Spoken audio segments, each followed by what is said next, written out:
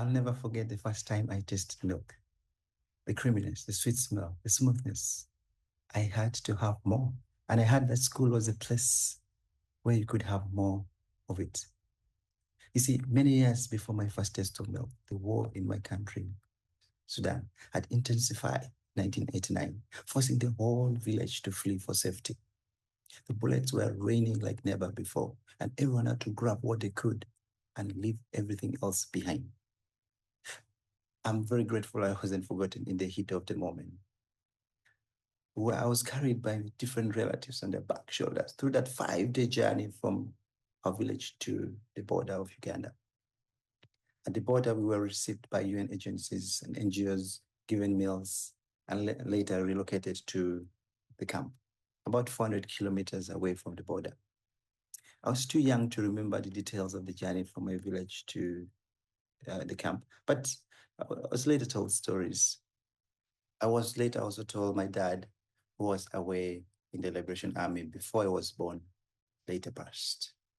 And growing up, I've always had this sadness in me as a kid of not getting to know my dad, what he was like. Would he have played with me, taught me things? Was he a sweet dad? Or was he a hard dad, difficult one who could have shouted but still love you? Would you have been proud of me? I had so many questions that never get answers to. The camp was my home for the next 20 years. It was here where I had some of my fondest childhood memories growing up. Played hide and seek around the rows and rows of tents where we lived. It was also here where I had my first taste of milk. And the promise of having more of that lured me to school. School, my first class was under a tree. We would sit on the ground, write with our fingers on the soil. Then the teachers would come and mark when we go. When it rains, there was no school. I would always get embarrassed when other kids talk about their fathers. You see, in my community, people are known by their fathers. This is the son of so-and-so, this is the daughter of so-and-so. I would avoid those interactions and keep to myself. I would spend hours and hours over the weekends in empty classrooms by myself. I became more and more introverted. You see, after some time, the camp life became very difficult. The food ration after some time was cut.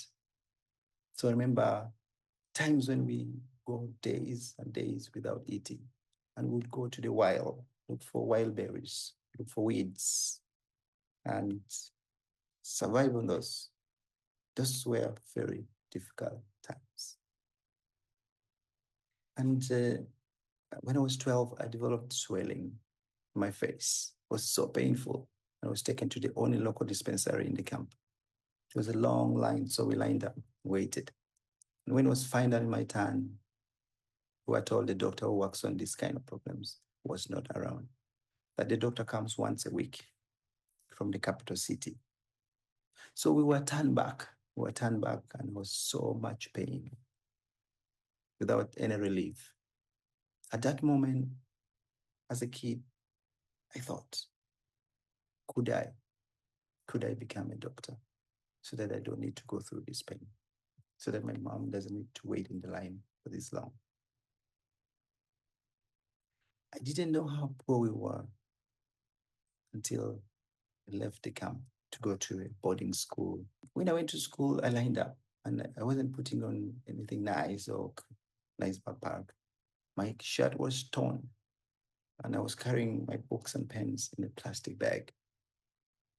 I saw everyone was looking at me in a funny way.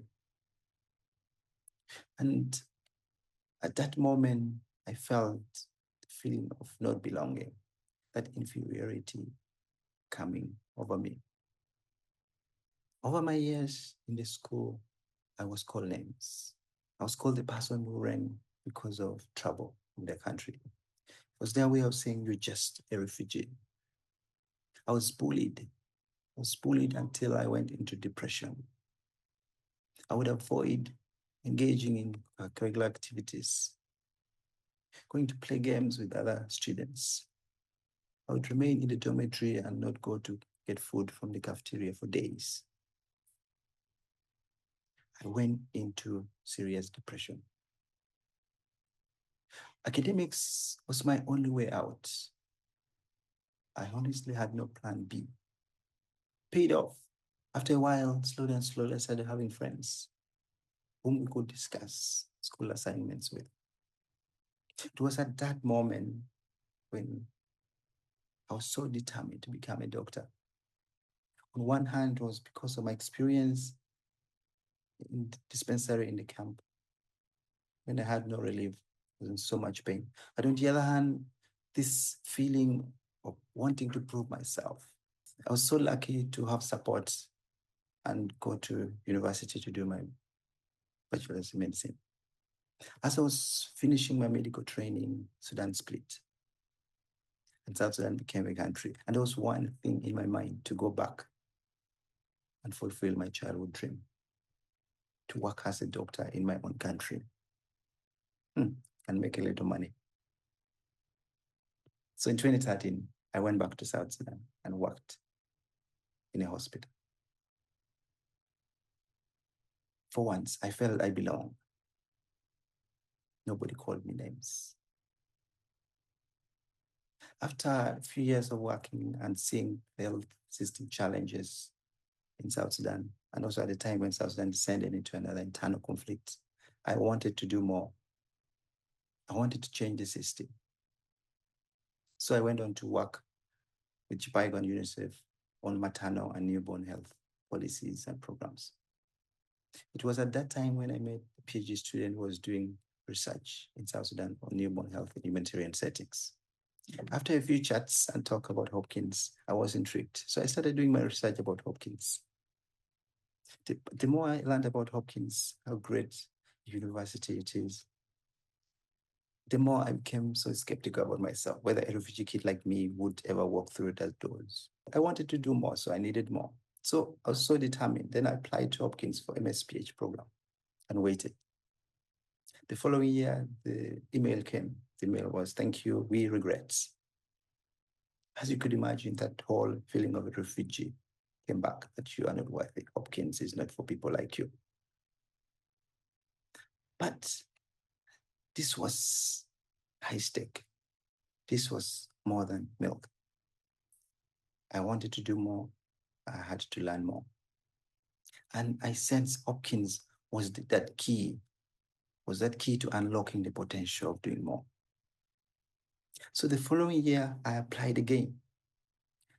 I strengthened my personal statement, strengthened part of my application, and applied again. Then waited.